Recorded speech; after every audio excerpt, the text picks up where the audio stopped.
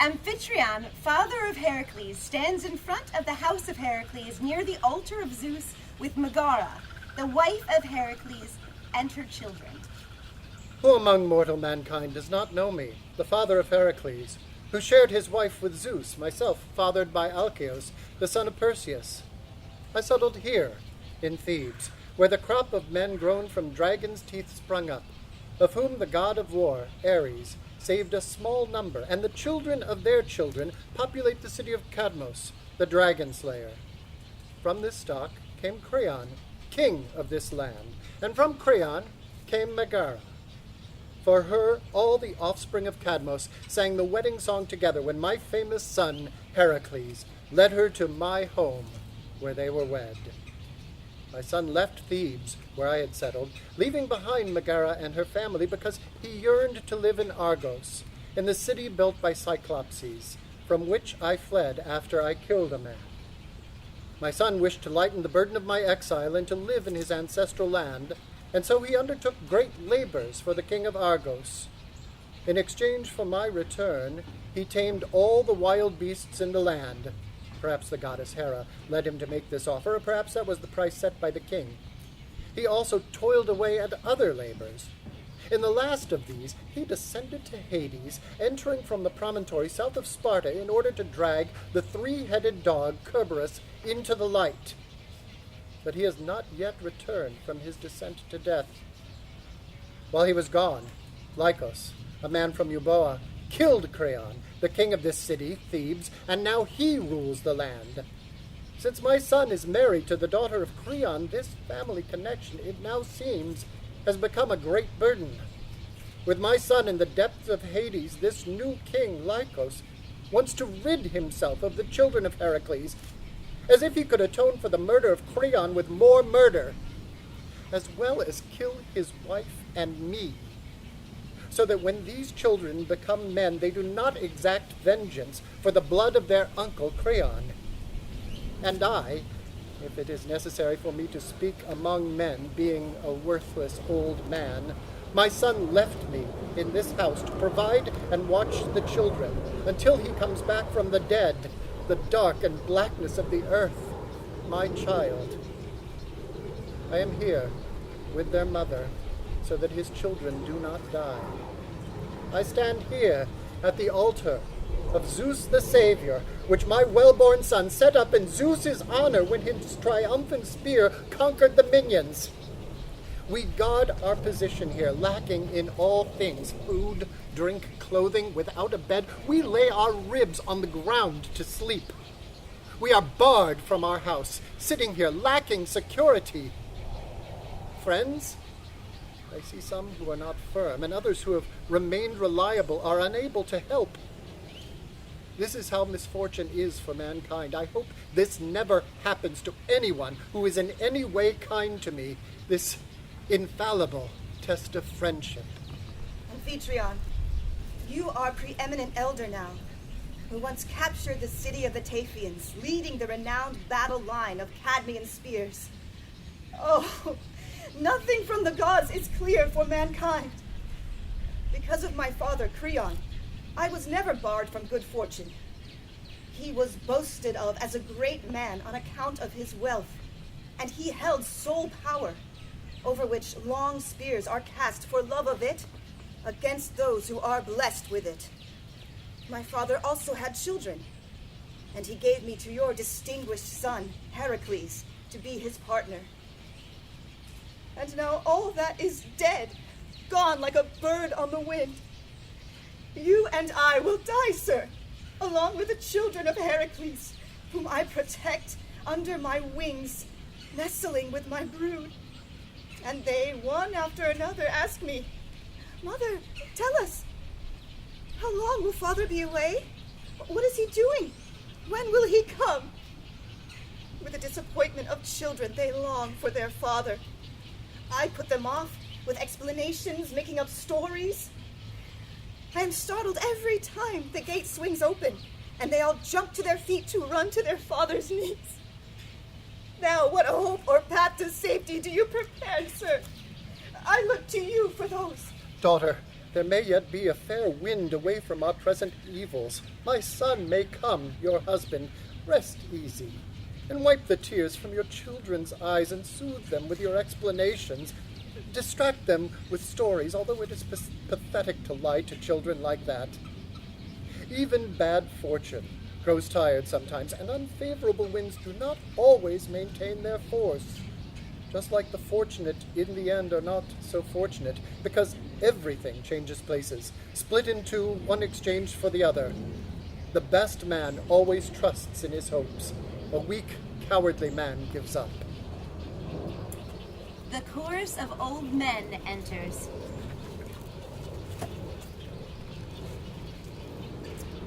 Under a sheltering roof, sitting down, and leaning on my cane is how I enter into the fray now, singing a song of sorrow like a wizened bird, left with only wise words and a reputation. No, by God, I'm more like a ghost you see in your sleep. Unsteady, but brave nonetheless. Poor children without a father. Poor sir, and you, suffering mother, who laments her husband in the halls of Hades. Wait! I see the ruler of this land, Lycos, coming straight for this house. Lycos enters. If I must, let me ask a question of the father of Herakles and his wife. Since I've been established as the lord of this land, I must inquire about whatever I want. How long do you seek to prolong your life? What hope or power do you see to prevent your death?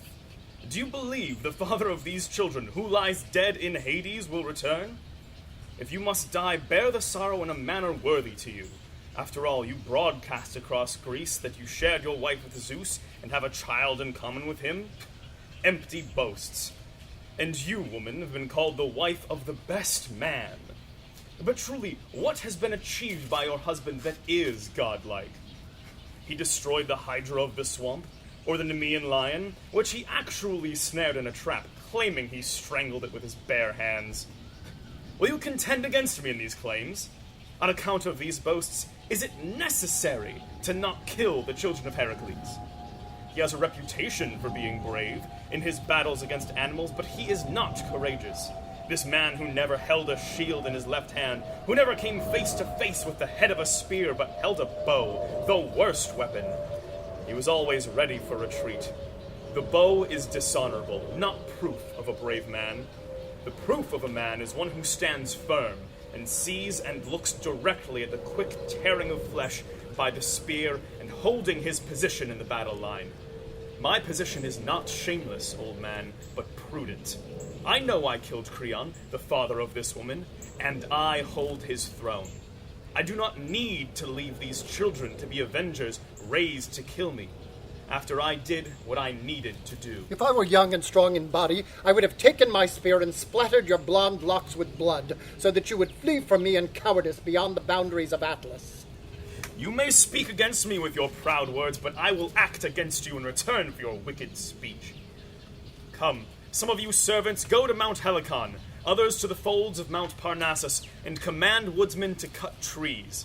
After they carry it to the city, pile the firewood in a pyre around the altar and light it, and burn their bodies, all of them, so that they may know that the dead do not rule this land, but I do now. And you, old men, since you are hostile to me, not only will you lament the children of Heracles, but the fate of your whole family. And suffer anything, you will remember. You are slaves, and I am the ruler. While I live, you will not kill these children of Heracles. My right hand, how you yearn to take a spear, but in your feebleness, you wreck that desire. Once I would have been able to stop you from calling me a slave. Dear sirs, I praise you. One must have righteous anger on behalf of friends. But you should not suffer by making this despot angry because of us. My dear Amphitryon, hear my opinion. If it seems to you worth anything, I think it is awful that we must die. But anyone who struggles against what is necessary is foolish. We must die, but we do not need to be burnt alive, giving our enemies reason to mock us. Oh, greater evil than death itself. We owe much to our family, and you have gained a good reputation for your bravery with a spear. And there is no need for a witness on behalf of my brave husband. He would not wish to save these children by gaining a bad reputation. Now consider what I say about your hopes. Do you really think your son will return from under the earth? Who has died and come back from Hades? Should I soothe Lycos with words? No! It is necessary to flee from a crooked enemy, but to yield to wise ones and those who have been well bred. By being respectful, it is easy to cut a deal. But even if we make a deal with Lycos for exile, it is a bitter struggle to live in pitiable poverty. To say that hosts look pleasantly upon the face of an exiled friend, they do only for a day. Bear death with us. This alone remains for you. Draw upon your noble lineage, sir. Whoever struggles against the gods is bold, but senselessly so. No one will ever prevent that which must happen. Lycos, I beg one thing. Let me dress my children in robes suitable for their death. Your wish is granted. When I return, I will send you all to the underworld. Lycos and his servants depart. Amphitryon follows Megara into the palace with the children, where they dress themselves in clothing, preparing for their death. The children of Heracles are preparing for death. The children of the once great Heracles, with his beloved wife dragging them along, and the old father of Heracles. I am miserable, unable to hold back the tears from the fountains of my old eyes. Megara, Amphitryon, and the children of Heracles come out of the house. They see Heracles approaching. Ah, sir! Do I see my beloved? What do I say? I don't know, daughter. I am speechless. Come here, children. Cling to your father's robes. Go quickly. Don't let go. See, here is a savior for us, no less than Zeus himself. Heracles enters. Hello, my gateway in health. How glad I am to see you returning to the light. What is the matter? I see my children in front of the house with clothes of and garlands on their heads suitable for their funeral, and a crowd of men around my wife. My father is crying. What has happened? I must go and find out. Dear Megara, what must we do? What new debt or obligation has come to our house? Dearest husband, you have come. Are you safe? Coming in the nick of time to save us. What are you saying? What has happened to us, father? We are being utterly destroyed. Dear sir, excuse me. If I took from you what is necessary for you to say, perhaps women are more emotional than men, and it is my children who are going to die, and I myself was going to be killed. By Apollo, this is just the beginning of your story. My father and my brothers are dead. How did they die? Doing what, or facing whose spears? Lycos, the new ruler of this land, killed them. He intends to kill your father, me, and your children. We were all deserted by all of our friends, and we heard you had died. My friends were absent while I was gone. Who are the friends of an unfortunate man?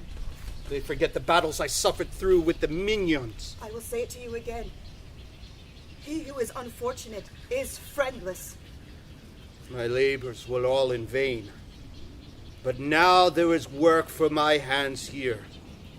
First I will go and overthrow the home of this new tyrant, and after I have severed his head, I will throw his unholy body to the dogs. It is like you, my child, to be a friend to those you love and to hate your enemies, but do not hasten excessively. The tyrant will be here soon. Wait, and tell me some things. Did you really go to the house of Hades, my son? Yes, and brought to the light that three-headed monster. And I was fortunate enough to witness the rituals of those who had been initiated. How is it that you were so long beneath the earth? I stayed attempting to bring back Theseus from Hades, Father. Where is he? Did he go to his fatherland? Yes, he set out for Athens, glad to have escaped the lower world. Come now, children, follow your father into the house. My coming home is so much happier than my departure. Don't cry. You too, my wife, be brave and release yourself from fear. Let go of my robe. I cannot fly away. I do not have any wish to leave those I love. They do not lose their grip, but cling to my garments more tightly. Well, I must lead them, taking them by the hand, and draw them after me, my little boats, like a ship when towing. In this, all mankind is equal. All love their children, both those of high birth and those who are nothing. It is wealth that makes distinctions among them. Some have, others want, but all the human race loves its children. Heracles, Megara, Amphitryon, and the children enter the home. Had the gods shown discernment and wisdom, as mortals count these things, men would have won youth twice over, a visible mark of worth among whomever found. And after death, these would have run a double course, once more to the sunlight. Then it would have been possible to distinguish the good and the bad, just as sailors know the number of the stars and the clouds. But, as it is, the gods have set no certain boundary between good and bad, but time's onward roll brings increase only to man's wealth. Amphitryon exits the home as Lycos and his servants enter. Amphitryon, it's time you come out of the home. You have been too long getting dressed in the robes of the dead. Tell the wife and children of Heracles to show themselves outside the house, to die on the conditions you yourself offered. Lord, you persecute me in my misery and heap insults upon me over and above the loss of my son. You should have been more moderate in your zeal, though you are my lord and master. But since you impose death's necessity on me, I must acquiesce. What you wish must be done. Now where is Megara? Where are the children of Heracles? She is sitting as a suppliant on the altar's hallowed steps and calling on her dead husband in vain. He is nowhere near, and he will certainly never come. Not unless perhaps a god should raise him from the dead. Go to her and bring her from the house. By doing so, I should become an accomplice in her murder. Since you have this scruple, I, who have no such fear, will bring out the mother and her children.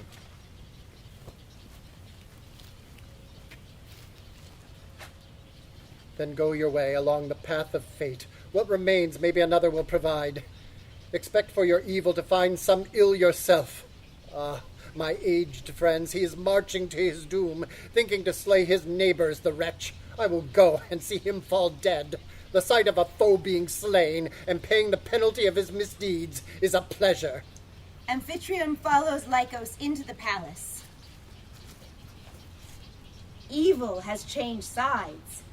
He who was once a mighty king is now turning his life backwards into the road to Hades. Finally, justice and heavenly retribution. At last, have you reached the goal where your death will pay the penalty for your insults against your betters? Ha! How sweet to hear that opening note of his cries within the house. Death is not far off him now. That evil man cries out, wailing a prelude of death. Endure your retribution. It is the penalty of your own deeds you are paying. Old friends, our godless foe is now no more. The house is still, yes. Fortune smiles upon my friends as I desire. The gods take care to heed the right and wrong.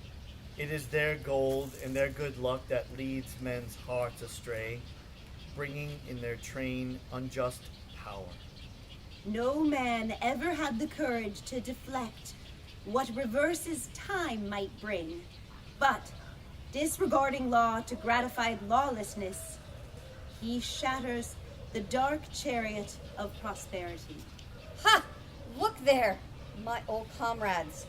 Is the same wild panic fallen on us all? What phantom is this I see hovering over the house? Heracles, our savior, help us now.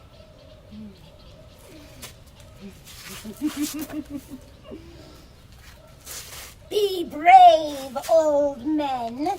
See whom you see. It's madness. Daughter of the night, we have not come to your city to do you any harm, but our warfare is against the house of one man only, Heracles. Now that he has accomplished his labors, Hera wishes to brand him with the guilt of shedding kindred blood by slaying his own children.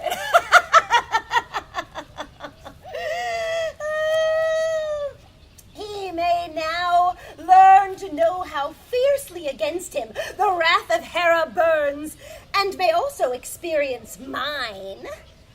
Otherwise, if he should go unpunished, the gods will be thought of as nothing, while man's power will grow. Neither ocean, with its fiercely groaning waves, nor the earthquake, nor the thunderbolt, will blast of agony, shall be like the headlong rush I will make into the heart of Heracles. Through his roof I will burst my way and swoop upon his house, after first slaying his children. Nor shall their murderer know that he is killing his own children, till he is released from my madness. Oh, look! See how even now he is wildly tossing his head and rolling his eyes fiercely from side to side, without a word. Nor can he control his panting breath. Oh, like a fearful bull ready to charge. He bellows even. Children, run, flee! He is hunting his own children down. Oh, misery! Oh, me, how I lament that aged father, that mother too that bore his children in vain. The children will all die. Oh, weep. Here is cause for weeping. No words can explain what we have suffered.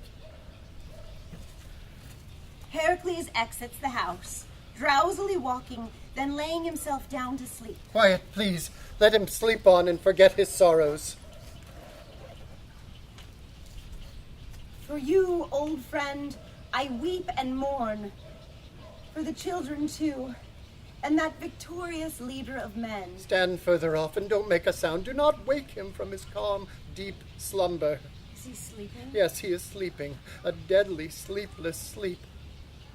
Having slain wife and children with the arrows of his twanging bow, hush, hush, he is turning, waking. Oh, let me hide myself, concealed beneath the roof. Courage! Darkness still holds your son's eyes. It is not I that I am afraid to die after my miseries, poor wretch. But if he kills me, his father, then he will be adding misery upon misery, and to the avenging curse add a parent's blood. Heracles awakes slowly and in confusion. I am alive and breathing, but my breath is quick and spasmodic gasps. What is going on? Why am I lying here beside a half-shattered piece of masonry and his corpse next to me? My bow and arrows are scattered.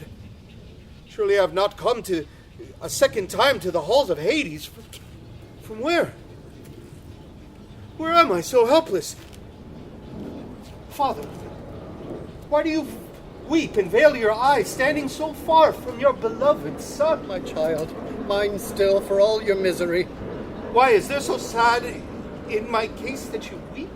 Which might make any of the gods weep if he were to learn it. Fill in your sketch if there is some change in my life. I will explain, if you are no longer mad. I have no recollection of being mad. Oh, Zeus, do you see these deeds coming from the throne of Hera? What? Have I suffered something from her jealous hatred of me? A truce to the goddess. Attend to your own troubles. I am undone, and you will tell me of some misfortune. You see these bodies? They are the corpses of your children.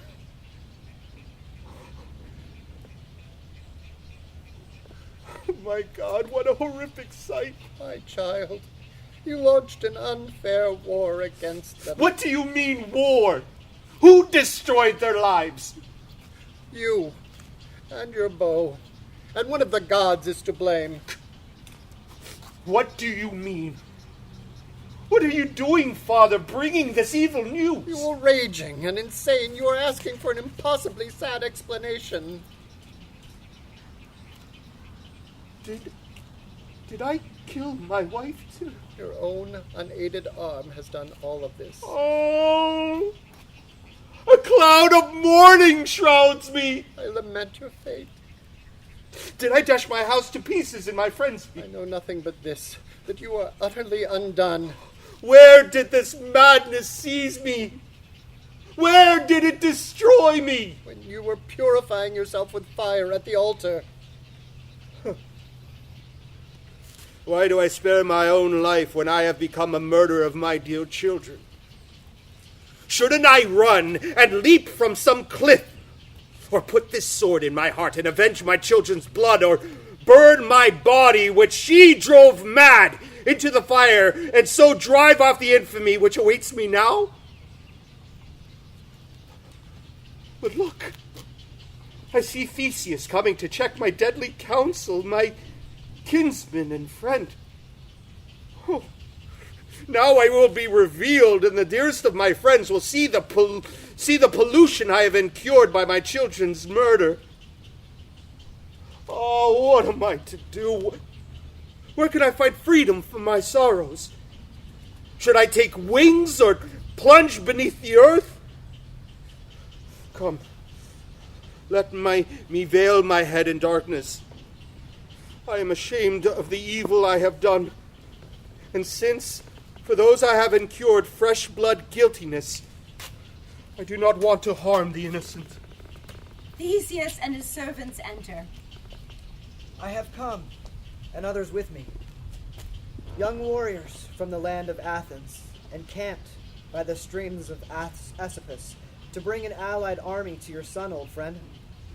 A rumor reached by the city of Athens that Lycos had unspurred the scepter of his land and become your enemy. What is this? Why this heap of dead on the floor? Surely I have not delayed too long and come too late to check new ills. Who slew these children? Whose wife is this I see? Children do not go to war. The gods have afflicted us with grievous suffering. Whose are these children? Or whom you weep? My son's own children, poor man. He was their father and butcher both, hardening his heart to the bloody act. What dreadful words. Fortune has spread her wings, and we are ruined. Ruined. What do you mean? What has he done? Murdered his children and wife in a wild fit with arrows dipped in the venom of the 100-headed Hydra. This is Hera's work. But who lies there among the dead, sir? My son, my own enduring son, that marched with gods to Phlegra's plain, there to battle with giants and slay them, warrior that he was. Whose life was ever as cursed as his? Never will you find another mortal that has suffered more or been driven harder.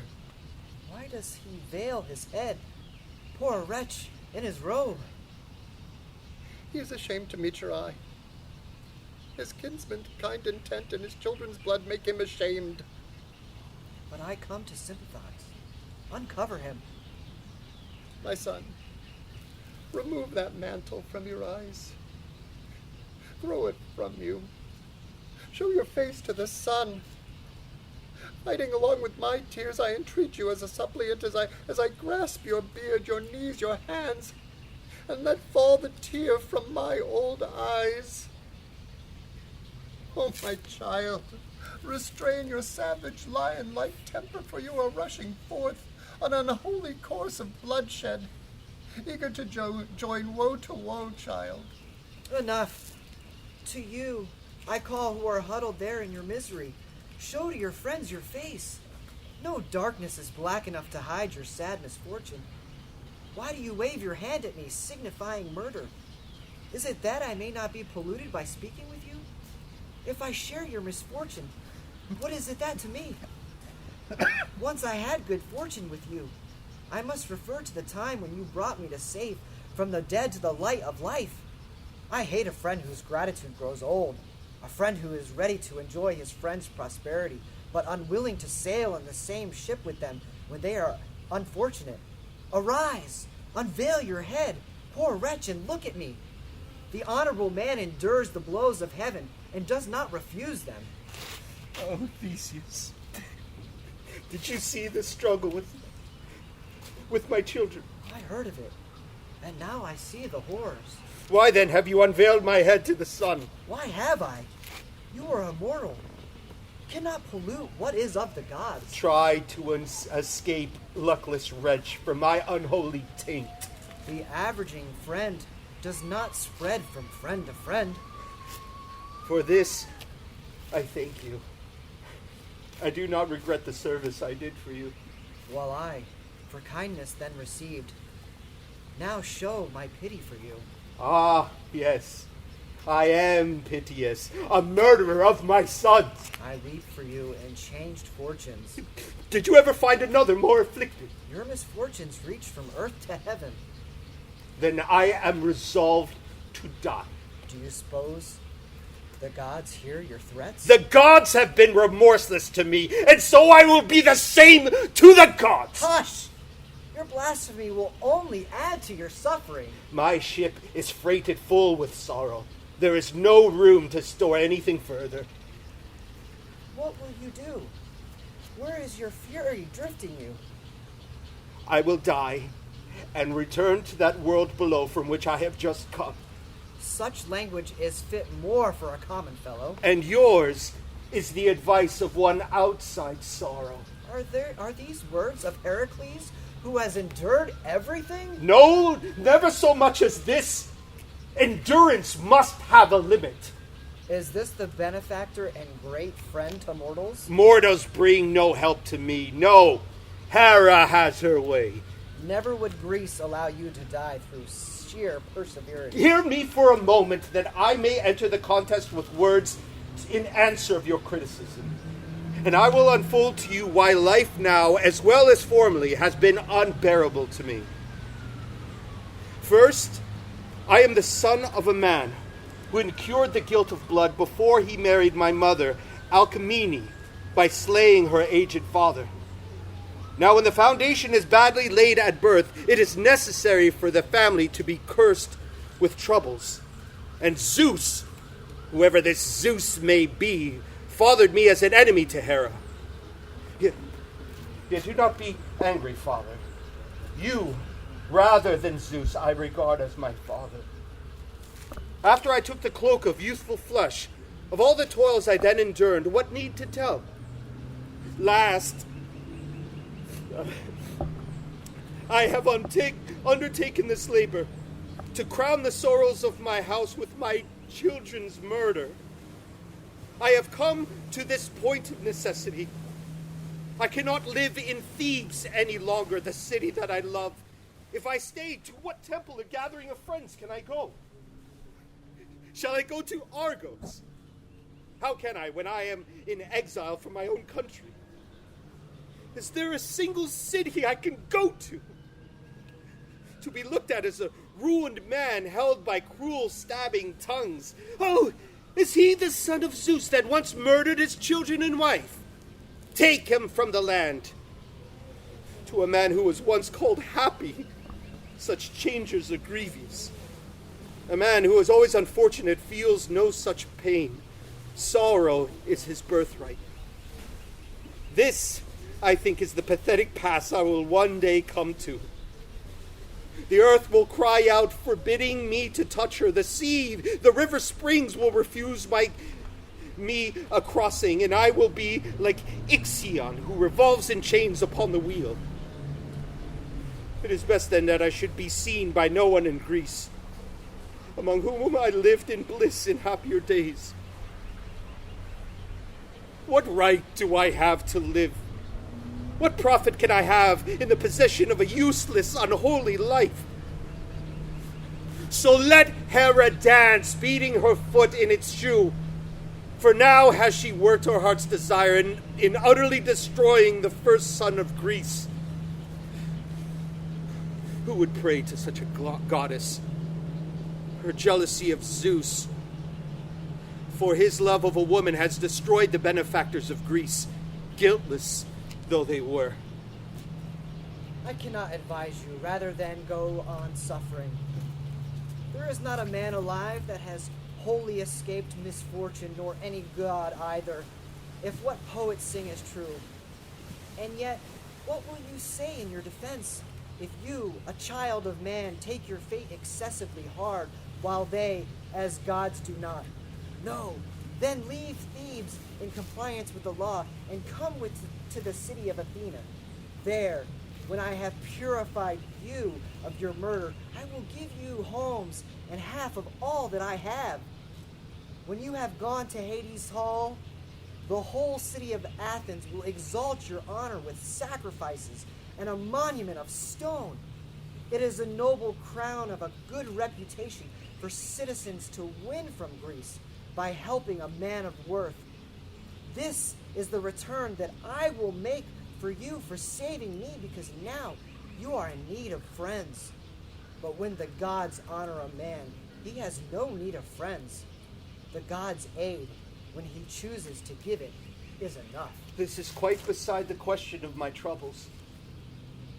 I do not believe that the gods engage in sins, and as for putting bonds on hands, I have never thought that worthy of belief, and I won't be persuaded now. A god, if he really is a god, has no wants. These are miserable tales of the poets. But I, for all my piteous plight, reflected whether I should let myself be branded as a coward for giving up my life. Whoever does not withstand disasters will never be able to withstand even a man's weapon. I will be steadfast in living. I will go to your city with grateful thanks for all you offer me. I have tasted the countless trouble, as is well known, yet not did I faint at any or shed a single tear. No, nor did I ever think that I should come to this, to let a teardrop fall. But now, it seems, I must be fortune's slave. Well, let it pass.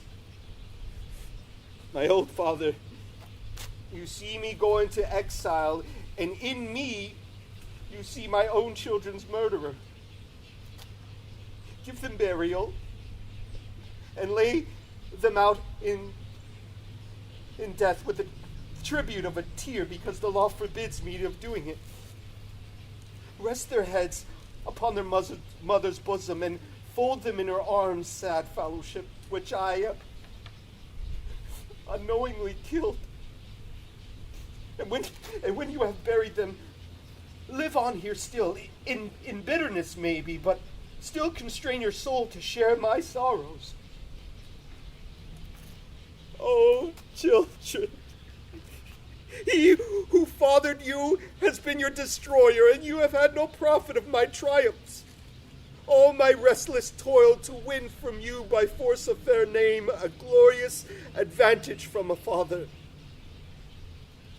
You too, unhappy wife, this hand has slain, a poor return to make you for preserving the honor of my bed so safely, for all the weary watch you long have kept within my house. Alas for you, my wife, my sons, alas for me, how sad my lot, caught off from wife and child. Oh, these kisses bittersweet. these weapons which is in pain to own. I am not sure whether to keep or let them go dangling at my side, where they will say, with us you destroyed your children and wife. Where are your children's slayers, and you keep us? Can I carry them after that? What answer can I make? Yet, am I to strip myself of these weapons, these comrades of my glorious career in Greece, and put myself in the power of my foes to die a death of shame? No! I must not let them go, but keep them, though it grieves me. And one thing, Theseus, help my misery. O land of Camdus, and all you people of Thebes, cut off your hair and mourn with me. Go to my children's burial, and with one dirge lament us all, the death and me. And all of us Hera has inflicted the same cruel blow of destruction. Stand up, unhappy man. You've had your fill of tears. I cannot rise. My limbs are rooted here. Yes, even the strong are overthrown by misfortunes. Would I become a stone on this spot, oblivious to trouble? Give your hand to a friend. No. And helper. Don't let me wipe off my blood on your robe. Here, put it all on me. Without my own sons, now you are like a son to me. Throw your arm about my neck. I will help you. A pair of friends, yes, but one a man of sorrow. Oh, aged father, this is the kind of man to make a friend. Blessed in her sons, the country that gave him birth. Theseus, turn me back again to see my children. What for? Do you think you will find a drug in this to soothe your soul? I long to do so and embrace my father. Here am I, my son. Your wish is just as dear to me. Have you so short a memory for your troubles? Everything I endured before was easier to bear than this. You are not acting like the glorious Herakles. And what about you? What kind of hero were you when in trouble in the world below? I was worse than anyone as far as courage went. How then can you say of me that I am abashed of my troubles? Forward! Farewell, my aged father. Farewell to you, my son. Bury my children, as I said. But who will bury me, my son? I will. When will you come? After you have buried my children. How? I will bring you from Thebes to Athens, but carry my children within, a grievous burden to the earth. And I, after ruining my family with shameful actions, will follow like a little boat in the wake of Theseus, utterly ruined. Whoever prefers wealth or might to the possession of good friends thinks wrongly.